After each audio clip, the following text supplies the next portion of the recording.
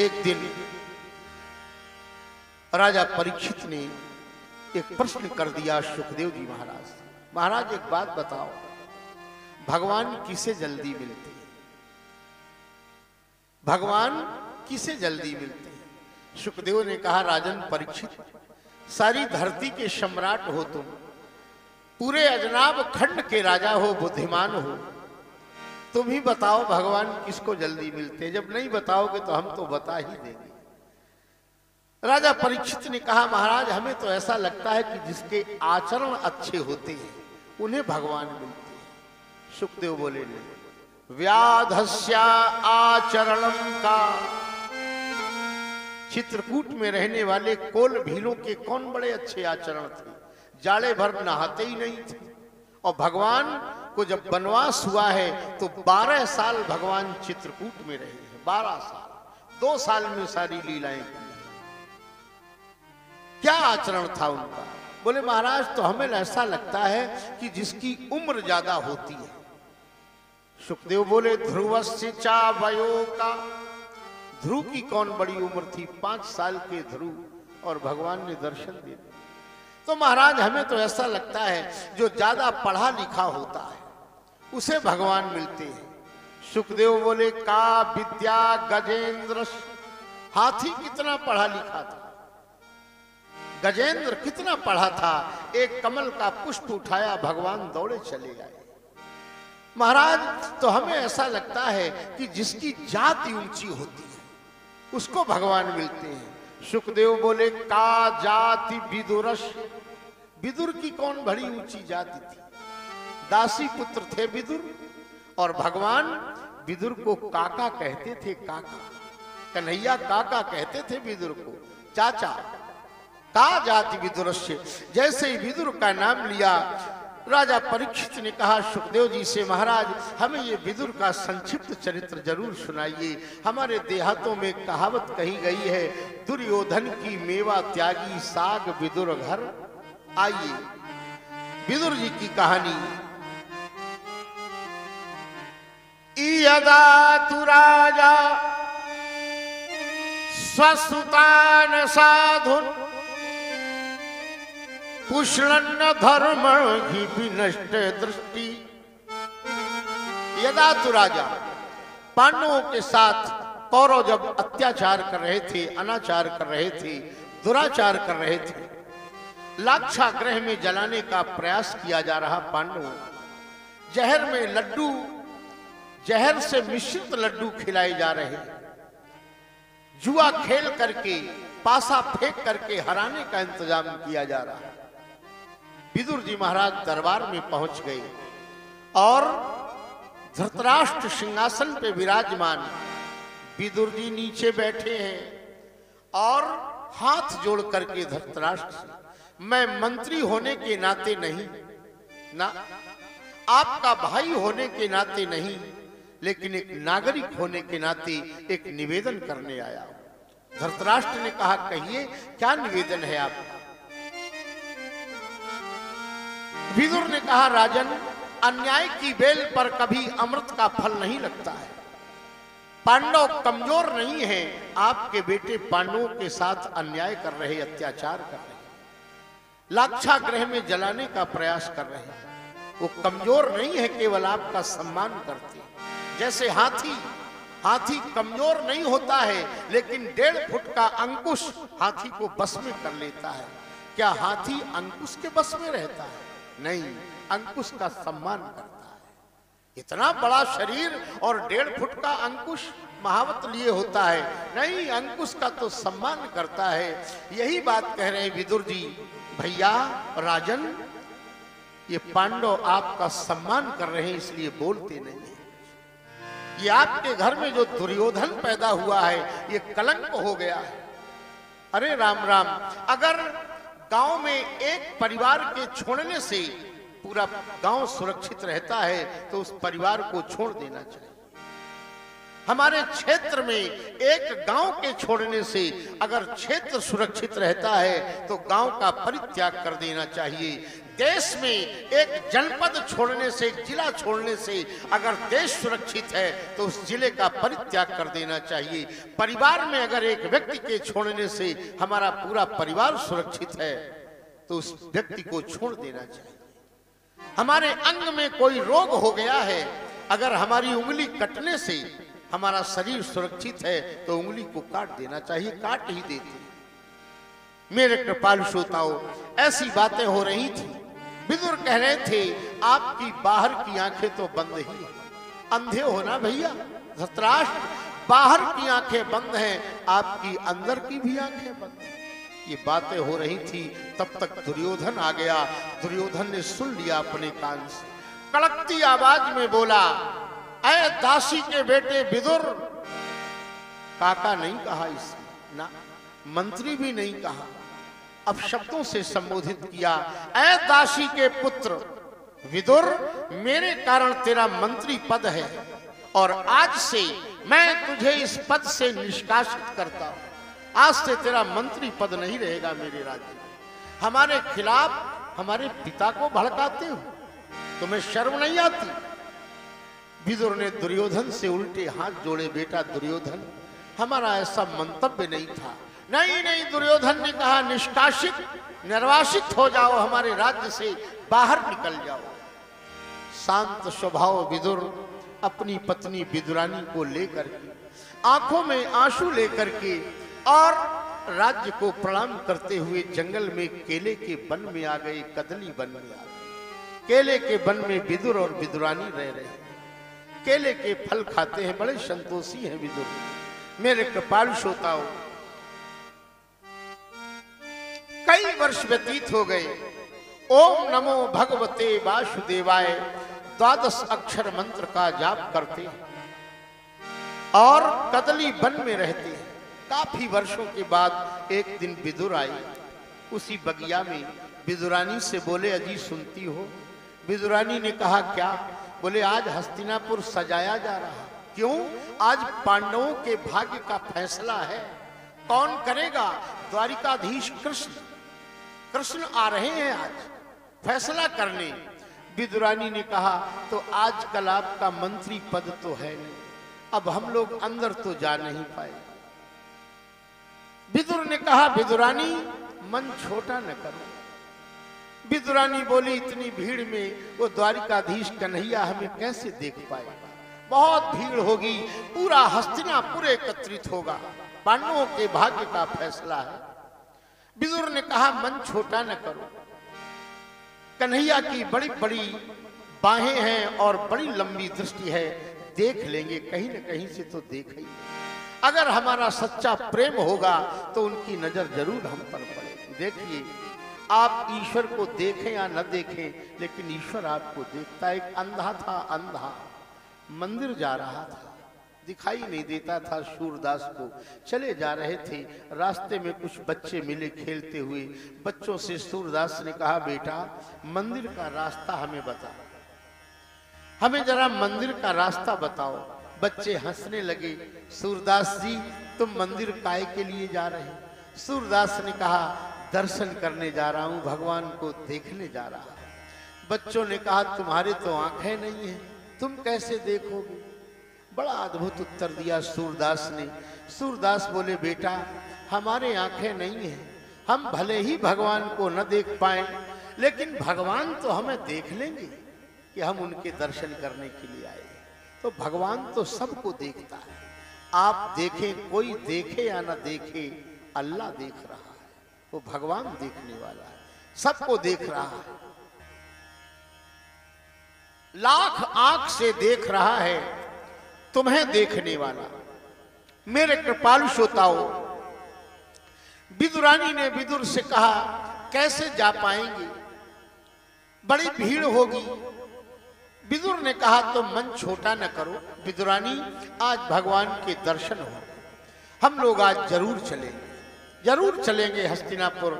आज तो पांडवों के भाग्य का फैसला होना है, इस फैसले को पूरे हस्तिनापुर जनपद की प्रजा देखेगी और हम भी देखेंगे। आइए स्वामी जी, जय हो आपकी। आज थोड़ा लेट हो गए हमारे स्वामी जी महाराज। दिन असल में बड़ा छोटा होता है, दिन होता है छोटा और घर के कामकाज बहुत लगे हैं। इतने कामकाज, आदमी से पूछो कि भैया काहे नहीं आए, बोले महाराज का बताएं, कामकाज से फुर्सत नहीं। इतने कामकाज हैं, बोले महाराज काम इतने लगे हैं कि फुर्सत नहीं है। कुछ लोग तो कह देते हैं महाराज काम के आगे हमें भोजन करने की भी फुर्सत नहीं, भोजन करने की। और हमने तो यहां तक सुना है कि लोग कह देते हैं महाराज मरने तक की फुर्सत नहीं, मरने तक की फुर्सत नहीं, लोग कह देते हैं। अमलेश भैया कह देते हैं लोग मरने, और मरना पड़ता है। देखो फिर मरने की फुर्सत निकल आती, मरना सबको पड़ेगा, ये नाम ही मृत्यु लोक है इसका।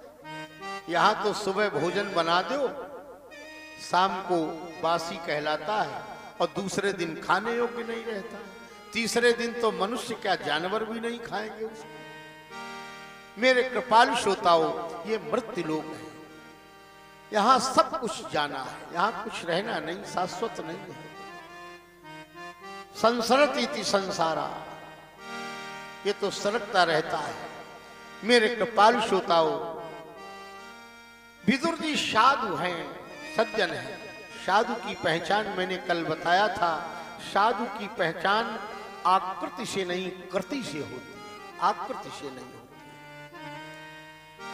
विदुर और विदुरानी चल पड़े हैं कहाँ, हस्तिनापुर, अपने कदली वंश से। कदली वंश से चले, हस्तिनापुर में अपार जन समुदाय, पूरा दरबार भरा था हस्तिनापुर। बड़े ऊंचे सिंहासन पे धृतराष्ट्र विराजमान है, एक सोने का सिंहासन बगल में द्वारिकाधीश कृष्ण के लिए खाली पड़ा है। और तब तक विदुर ने देखा शंख झामर झालर और चमर की आवाज के साथ भगवान कृष्ण का देदीप्यमान रथ चला आ रहा था। विशाल भीड़, रथ पे कन्हैया बैठे हैं, बड़ी दूर दूर तक भगवान कृष्ण नजरें दौड़ा रहे थे, देख रहे थे, दृष्टि दौड़ा रहे थे। आहा, दुर्योधन आगे आगे चल रहा था, बड़ा कपटपूर्ण इसने व्यवहार किया था, कपटपूर्ण सजावट कराई थी। दुर्योधन आगे चल रहा था रथ के पीछे रथ, और दुर्योधन भगवान कृष्ण को देखता था, लेकिन भगवान कृष्ण जानते हो किसे देखते थे? कन्हैया तो केवल काका विदुर को ही देख रहे थे, मेरे काका कहाँ? सारी भीड़ दिखाई दे रही है, लेकिन मेरे काका नहीं दिखाई।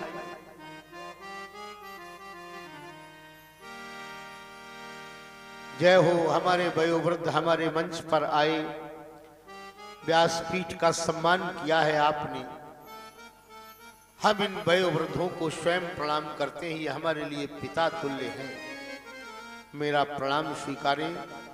देखो वयोवृद्ध ये पिता के समान ही होते, ये देवता होते हैं। इसीलिए हमारे आपके यहाँ एक नियम है कि वृद्धों की सेवा करनी चाहिए। इनके मुंह से जो निकल जाएगा वो सत्य हो जाएगा, 100%, झूठ नहीं, सत्य हो जाएगा। क्यों? तमाम सारी जिंदगी के अनुभव इनके साथ में इकट्ठे हुए, तमाम बड़ा लंबा जीवन देखा है। प्रेम से बोलो जय श्री कृष्ण। बैठती जाओ। इतनी विशाल भीड़ में भगवान कृष्ण केवल काका विदुर को देख रहे थे, और विदुर की आंखें लगी थी। विशाल भीड़ में सबसे पीछे एक दीवार से सिर टिकाए विदुर और विदुरानी खड़े थे। क्यों? मंत्री पद नहीं था, दरबार में जा नहीं सकते थे। तब तक कन्हैया ने देख लिया काका विदुर को, आंखों आंखों में बात होने लगी। आहा, कन्हैया ने आंखों से कह दिया विदुर से, काका भोजन करने आ जाऊंगा आपके यहाँ। आहा, भोजन करने। दुर्योधन कन्हैया को देख रहा था और कन्हैया से पूछ बैठा, द्वारिकाधीश हम तुम्हें देख रहे हैं और तुम कहां देख रहे हो? कन्हैया ने अद्भुत उत्तर दिया। कन्हैया बोले, दुर्योधन हम देखने वालों की नजर देख रहे हैं, हम देखने वालों की नजर देख रहे हैं, और जो हमें देख रहे हैं हम उधर देख रहे हैं। जो हमें देख रहे हैं हम उधर देख रहे हैं, हम सबको नहीं देखते।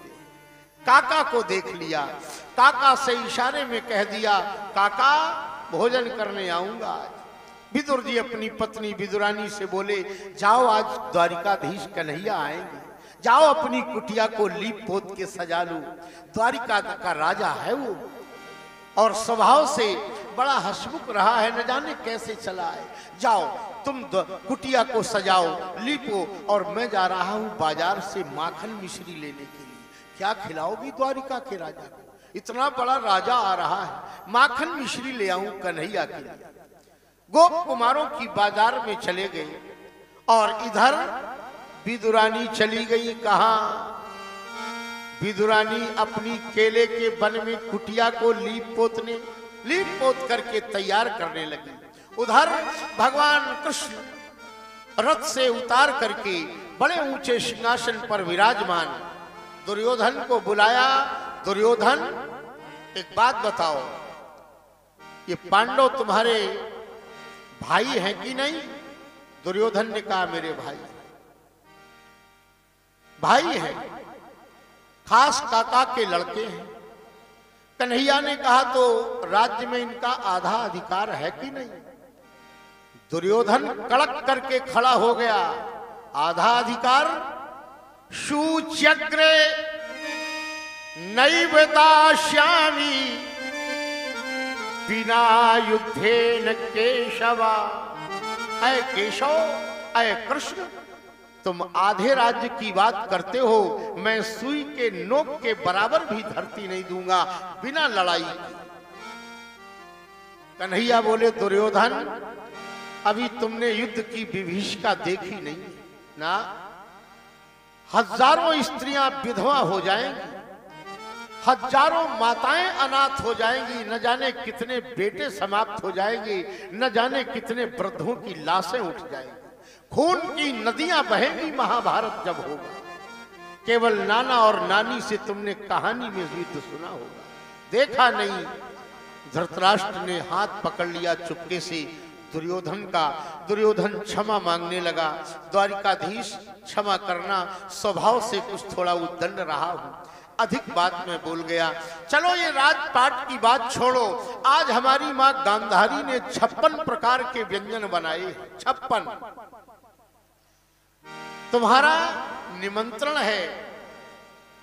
कन्हैया ने कहा, दुर्योधन, भोजन 2 परिस्थितियों में किया जाता है। कौन सी?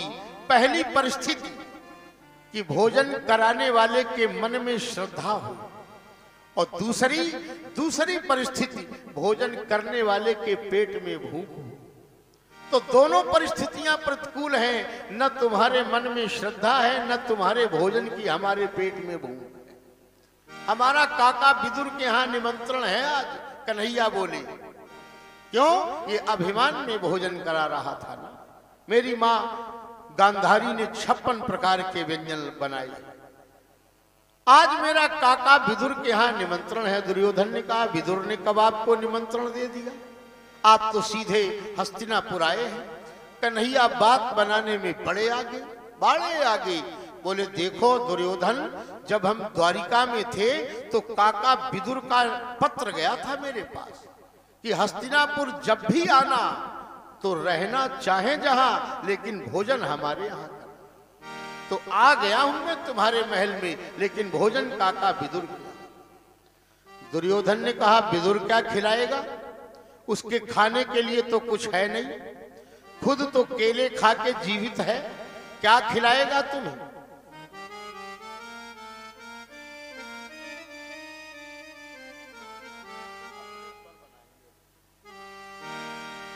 मेरे कृपालु श्रोताओं, क्या खिलाएगा तुम्हें? कन्हैया बोले, दुर्योधन, जब व्यक्ति किसी का निमंत्रण करता है तो व्यवस्था तो करता ही है, कुछ न कुछ व्यवस्था तो। यही तो देखना है, वो भिखारिणी का बेटा क्या खिलाएगा विदुर? दासी पुत्र, जब उसके खाने के लिए नहीं है तो तुम्हें क्या खिलाता? कन्हैया ने कहा, कुछ भी खिलाए, हम जाएंगे जरूर उसके यहाँ। हमारे श्रीमद् भागवत में लिखा है कि भगवान जब विदुर के यहाँ गए हैं तो नंगे पांव गए। क्यों? जैसे हम लोग मंदिर में जाते हैं नंगे पांव। भगवान भक्त के घर को भी मंदिर से अधिक मानते। कन्हैया दौड़ करके गए।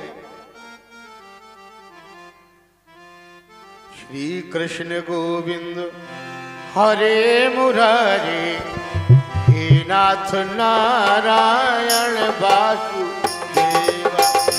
कृष्ण गोविंद हरे मुरारे, हे नाथ नारायण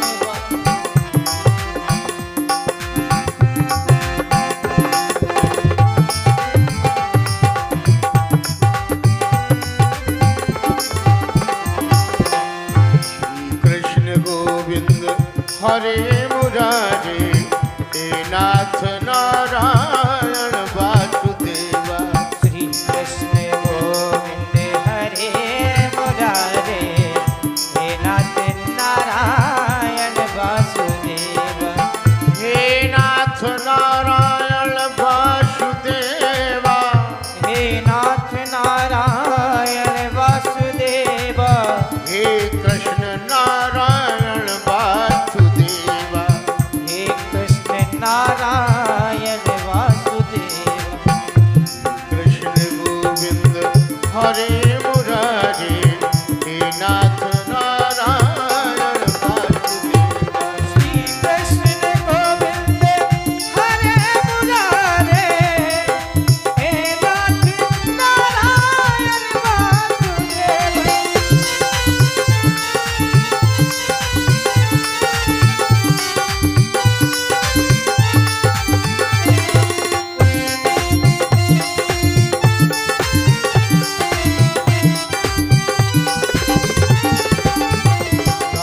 राधे राधे राधे कृष्ण कृष्ण राधे राधे राधे राधे राधे राधे कृष्ण राधे राधे राधे राधे राधे कृष्ण कृष्ण राधे राधे राधे राधे राधे राधे कृष्ण राधे राधे राधे राधे राधे राधे कृष्ण कृष्ण राधे राधे राधे राधे राधे राधे कृष्ण राधे राधे राधे। कृष्ण गोविंद हरे मुरारे, हे नाथ नारायण वासुदेवा।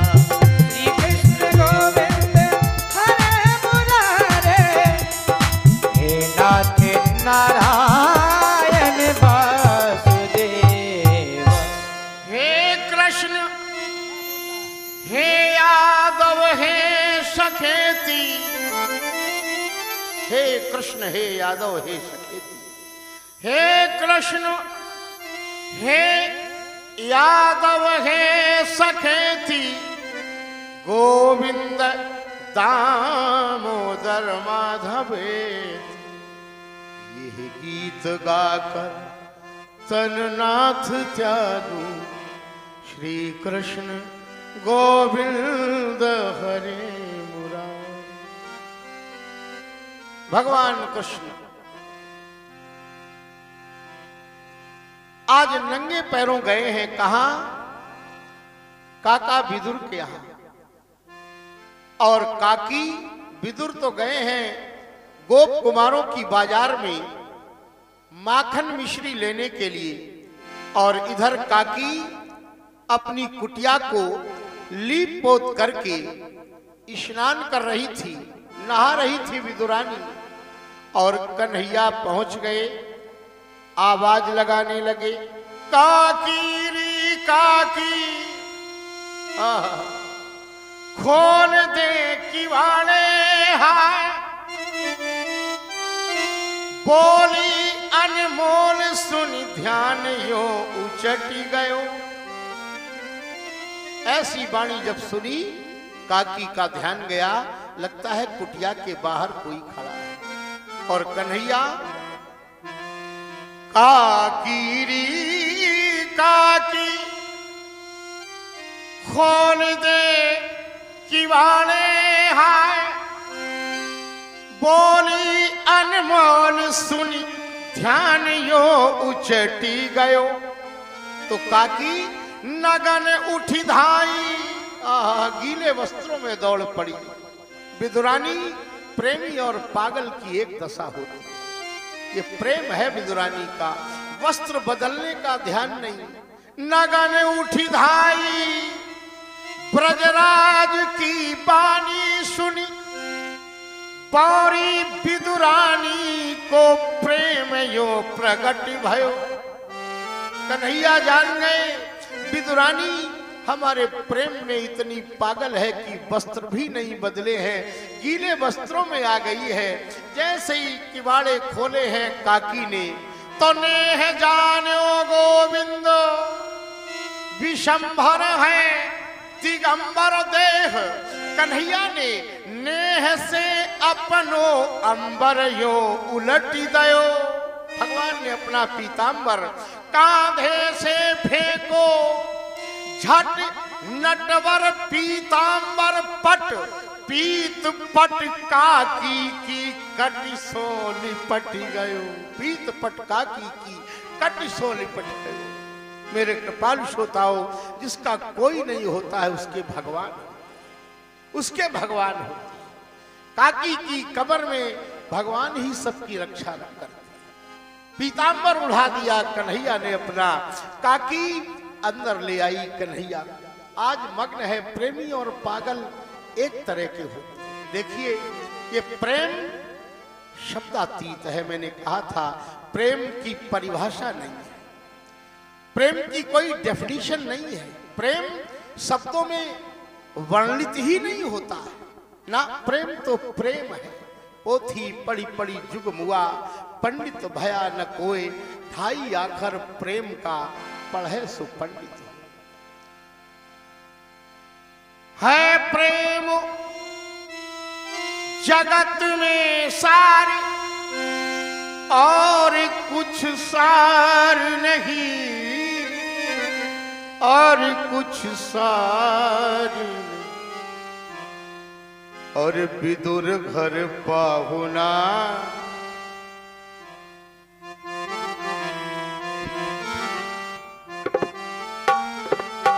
कन्हैया आए और विदुरानी ने एक जगह नहीं 20 जगह पटा। पटा धरो 20 जगह, यहां नहीं प्रभु यहां बैठे, ये जगह ठीक नहीं। क्यों? प्रेमी है ना। मेरे कृपाल श्रोताओं, आती जाएं देवियां, सभी को मैं प्रणाम करता हूं, वंदन करता हूं, अर्चन करता हूं।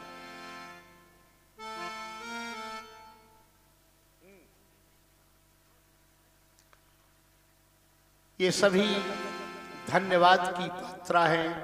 भगवान इन भाग्यवान देवियों का जीवन सुंदर करे, अच्छा करे, सुख में जीवन इनका व्यतीत हो। जो भी भागवत में भैया लोग आए हैं मैं उनको बधाई देता हूं, क्योंकि हमें एक बात बताई थी जितेंद्र भैया ने कि महाराज हमारा क्षेत्र कुछ दूसरा है, ये गम्मत का क्षेत्र है।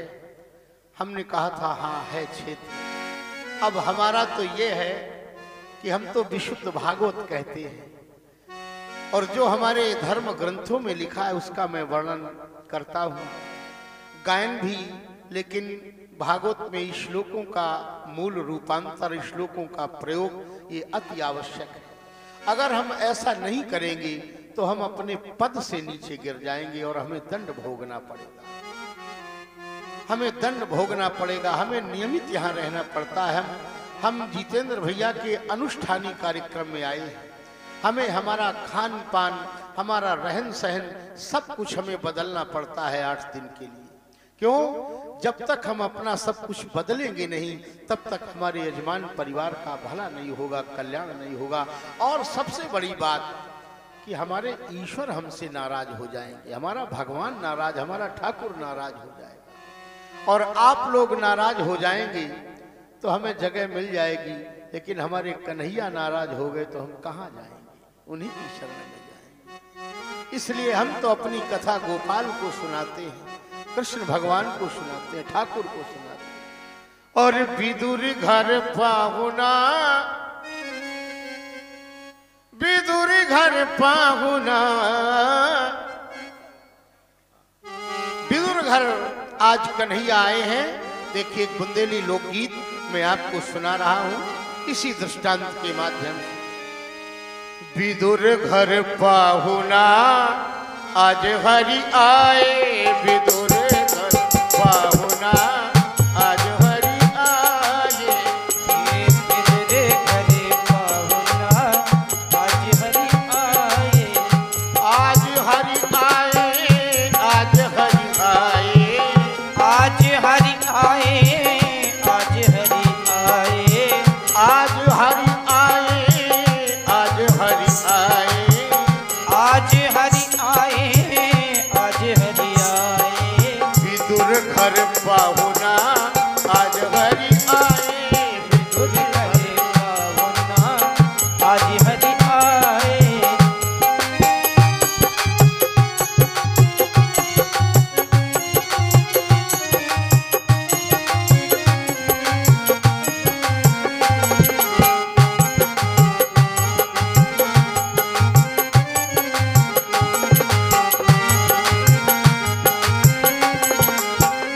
विदुर नहीं घर थी विदुरानी, विदुर नहीं घर थी विदुरानी, विदुर नहीं घर थी विदुरानी, विदुर नहीं घर थी विदुरानी।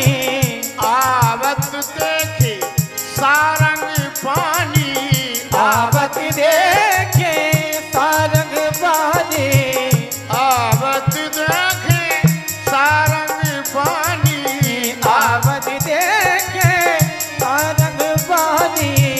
ले आसन बैठावना, ले आसन बैठावना, ले आसन बैठावना, ले आसन बैठावना। आज हरि आए, विदुर घर पावना आज हरि आए, विदुर घर पाहुना आज हरि आए।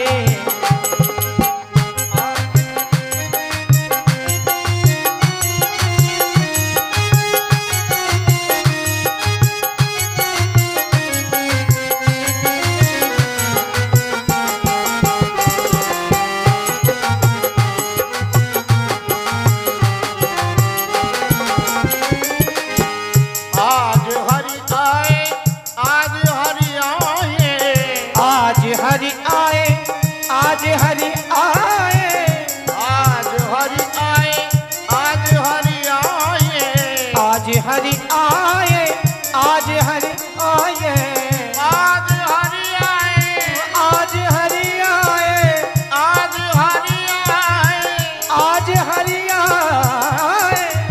विदुर घर पाहुना आज हरि आए, विदुर घर पाहुना आज हरि आए, विदुर घर पाहुना आज हरि आए।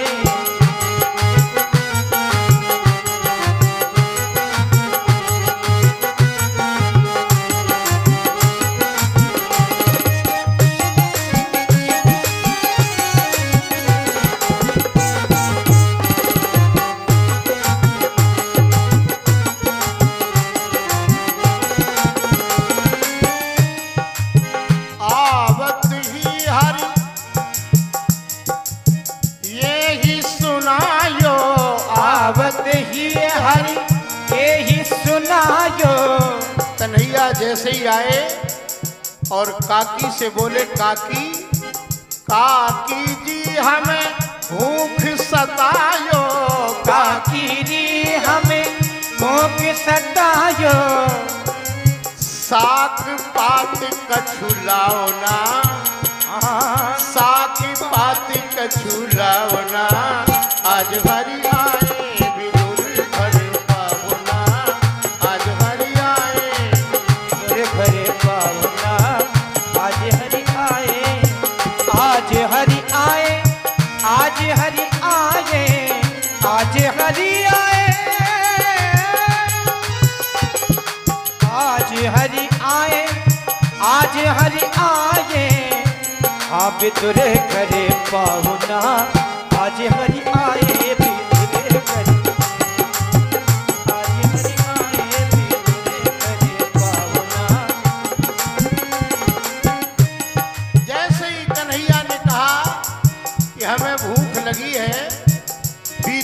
विदुरानी मन सोच भयो है, विदुरानी मन सोच भयो है, विदुरानी मन सोच भयो है, विदुरानी मन सोच भयो है।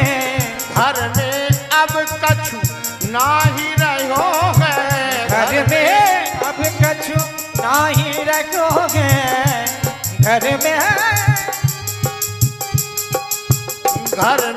अब कछु नाही रहो है, घर में अब कछु नाही रखोगे। विदुरानी मन में सोचने लगी क्या खिलाऊं, द्वारिकाधीश कन्हैया को क्या दूं। कन्हैया ने स्वयं कह दिया कदली फल ले आओ ना, कदली फल ले आओ ना, आज हरि आए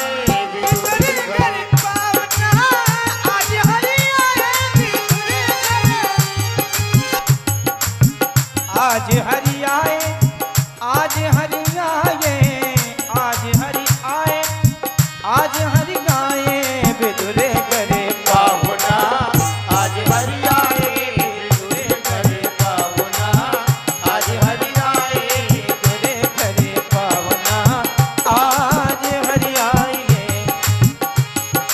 विदुरानी केले की डलिया ले आई, एक डलिया में केले, और कन्हैया को खिलाने लगी। क्या छिलका खिला रही थी।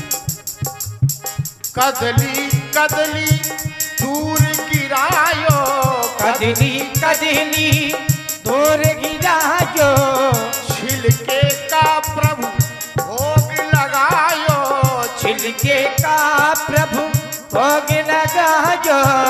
और ऐसे नहीं बड़े प्रेम से पावना, बड़े प्रेम से पावना, आज हरि आए विदुरे करे पावना, आज हरि आए विदुरे करे पावना, आज हरि आए, आज हरि आए।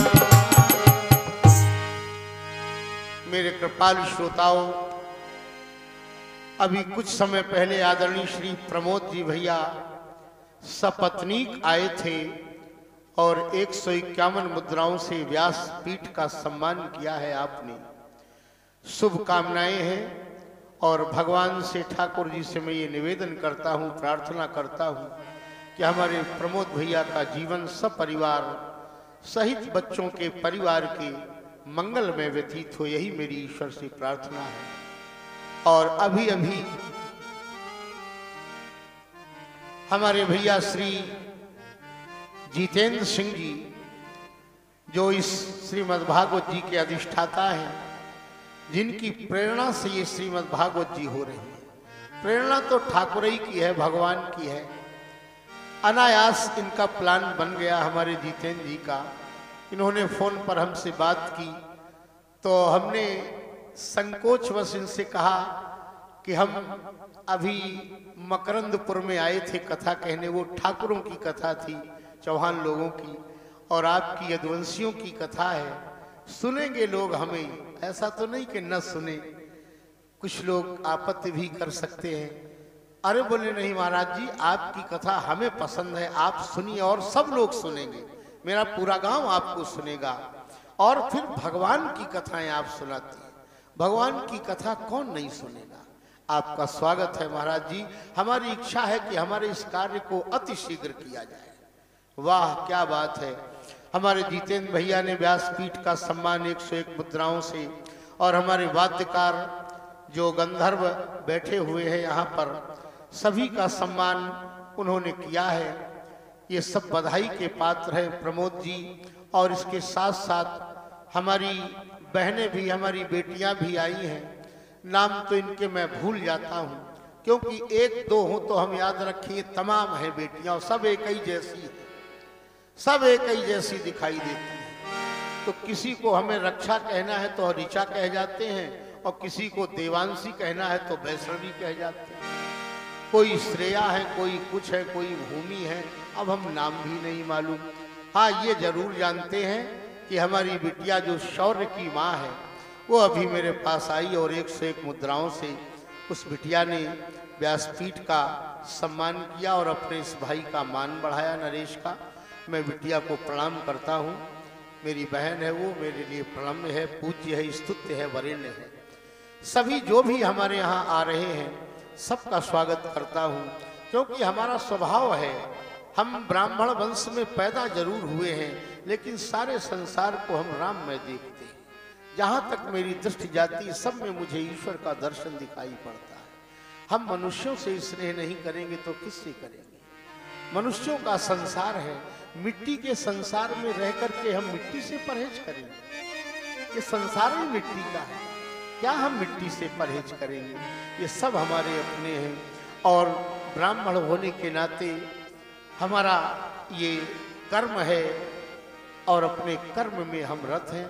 और ठाकुर जी हमारी बड़ी सुनते हैं, ठाकुर मेरी बहुत सुनता है, क्या कहना है, ठाकुर की बड़ी कृपा है मेरे ऊपर। देखो एक बात बताएं, अपने हृदय को आप साफ रखें केवल। जब तक आप हार्ट को क्लीन नहीं बनाएंगे तब तक ईश्वर आएगा नहीं। किराएदार उसी कमरे में रुकता है जो कमरा खाली होता है। महल में, मकान में, बंगले में अगर कमरा खाली है तब तो किराएदार आप रोक पाएंगे, और जब कमरे में पहले ही से भरा है तो कहाँ किराएदार रखो। और फिर यहाँ तो हमें अपने इस हृदय के कमरे में भगवान को रखना है, तो इसको खाली ही नहीं, इसको साफ भी करना पड़ेगा, क्लीन करना पड़ेगा। और जब साफ करेंगे भगवान चले आएंगे हमारे कमरे में, हमें कोई भय नहीं। भगवान से अपनी बात आप कहिए, भगवान से कहना चाहिए, लड़ना चाहिए, उन्हीं से कहिए, रोना चाहिए। हमारे रुपए गिर जाते हैं, जेब कट जाती है, आंखों से आंसू आ जाते हैं। हमारी भैंस मर गई दूध देने वाली, आंसू आ गए। हमारा कोई रिश्तेदार मरा, बहुत रोते हैं, लेकिन भगवान के पीछे कभी आंसू निकले हैं आपके? हमें ईश्वर नहीं मिलता है, कैसे मिलोगे प्रभु? और वो आपकी बात सुनते हैं। आगे चल करके हम बताएंगे कि भगवान की वाणी सुनने के लिए आपके अंदर क्या होना चाहिए। जो भगवान की वाणी आपको सुनाई देगी, आप समझ लेंगे। कैचिंग पावर अगर आप में है तो आप ऋत वाणी को जान जाएंगे, पहचान जाएंगे, सुन। मेरे कृपालु श्रोताओं, भगवान छिलके का भोग लगा रहे हैं और ये हो ही रहा था, तब तक विदुर जी आ गए माखन मिश्री लेकर। जैसे ही छिलका खाते हुए देखा, बहुत नाराज हुए विदुरानी पर। अरे पगली, छिलका खिला रही है? अरे राम राम, तूने तो सारा किया कराया व्यर्थ कर दिया। द्वारिकाधीश को छिलका, हाथ पकड़ लिया। कन्हैया ने विदुर जी का, काका क्या कर रहे हैं? अरे छिलके खा रहे प्रभु। कन्हैया ने कहा, आपने छिलके बंद करा के मानो हमें भूखा छोड़ दिया, हम तो भूखे रह गए। आहा, भगवान प्रेम के भूखे हैं, भगवान को भला कौन खिला पाएगा? मेरे कृपालु श्रोताओं, एक प्रश्न कर दिया भगवान से कि महाराज आपके 24 अवतार हुए हैं और 2 अवतार बड़े श्रेष्ठ हुए हैं, सर्वश्रेष्ठ। एक तो रामावतार, दूसरा कृष्णावतार। बहुत से भक्तों ने आपका भोग लगाया, सबसे ज्यादा आनंद कहाँ आया? भगवान बोले, पहुराई मेरी हुई जहां कहीं कई बार, एक सबरी एक विदुर घर मन माना 2 बार। त्रेता में जब हम राम बनकर के आए थे तो माता सबरी ने हमें बेर खिलाए थे, और द्वापर में जब हम कृष्ण बनकर के आए हैं तो हमें विदुरानी ने केले के छिलके खिलाए। इस 2 स्थानों पर, इन 2 स्थानों पर जो आनंद मिला वो हमें कहीं नहीं मिला, किसी भक्त ने नहीं। आहा, बोल बोल कागा मेरे राम कब आएगी, बोल बोल कागा मेरे राम कब आएगी, बोल बोल कागा मेरे राम कब आएगी। राम कब आएंगे। बोल बोल काबा मेरे राम कब आएंगे। सबरी के झूठे बेर, सबरी के झूठे बेर राम कब खाएंगे। बोल बोल कागा मेरे राम कब आएंगे। बोल बोल कागा मेरे राम कब आएंगे। बोल बोल कागा मेरे राम कब आएंगे।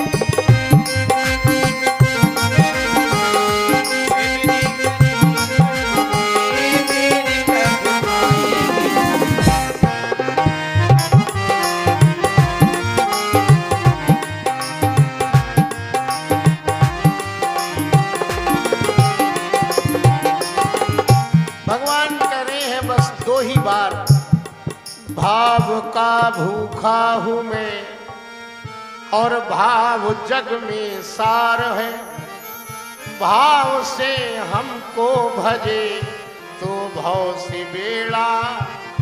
देखिए संसार में सारा काम भाव का ही है, सारा खेल भाव का है। बाजार में जाते हो, कोई चीज खरीदते हैं तो पहले आप कहते क्या भाव है, क्या भाव है। सब्जी तक आप लेंगे, मूली तक खरीदोगे, भैया क्या भाव है। तो बिना भाव के जब सब्जी नहीं मिलती है तो भगवान कैसे मिलेंगे। सब्जी नहीं मिलती जब बिना भाव की, तो भगवान कैसे मिलेंगे। तो भगवान को पाने के लिए भाव बनाना पड़ता है। मेरे कृपालु श्रोताओं, आगे चल करके उद्धव जी ने कृष्ण की बाल लीलाओं का दिव्य किशोर चरित्र विदुर जी महाराज को कह करके सुना दिया। विदुर जी बड़े प्रसन्न हो गए, उत्कंठित हो गए। आगे चल करके हरिद्वार में एक संत रहते हैं जिनका नाम है मैत्रेय मुनि। मैत्रेय मुनि ब्राह्मण हैं और विदुर हैं दासी पुत्र, लेकिन बड़ा स्नेह है। क्यों? और जाति पाति पूछे नहीं कोई, जाति पाति पूछे नहीं कोई, जाति पाति पूछे नहीं कोई, जाति पाति पूछे नहीं कोई, जाति पाति पूछे नहीं कोई, जाति पाति पूछे नहीं कोई। हरि को भजे सो हरि को होई, हरि को भजे तो हरि को होई, हरि को भजे तो हरि को। ये विदुर जी का संक्षिप्त चरित्र आपको सुनाया। प्रेमी और पागल की एक दशा। प्रेमी से अपराध नहीं होते, प्रेमी से अपराध नहीं होते और पागल से भी अपराध नहीं होते। एक पागल चला जा रहा था रास्ते में,